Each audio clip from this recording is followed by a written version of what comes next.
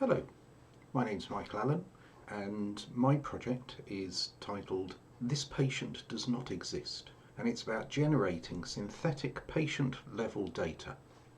So what's the problem? Well, there are two really.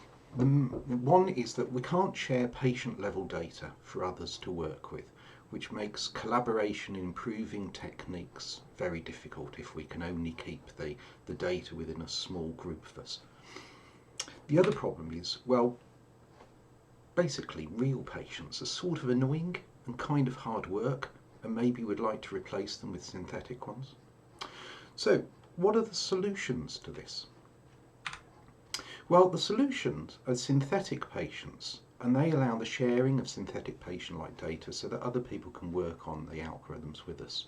So there's plenty of examples of how this is done using the techniques we know about, particularly neural networks and generative adversarial networks. So for example, this site, this person does not exist. So sorry mate, you don't exist. Bye-bye. Then we also have this cat does not exist. And we can check for other cats that don't exist by refreshing the site. This is a nice site for people who don't like cats. You can sit at it, look at them, and you can think, oh, thank God you don't exist. We also have this MP does not exist for people who think we haven't got enough MPs already and they might want to generate some more. And look, just look at the air of smugness it generates, just like a real MP. Excellent. And then finally we have this chair does not exist.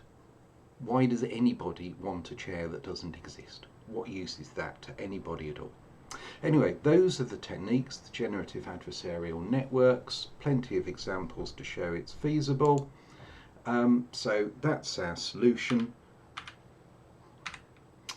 And then once we've done that, the really neat part of this project, we're going to replace real patients with synthetic patients, improve the efficiency of absolutely everything, and removes the annoyance of handling real patients. So I commend this project to you.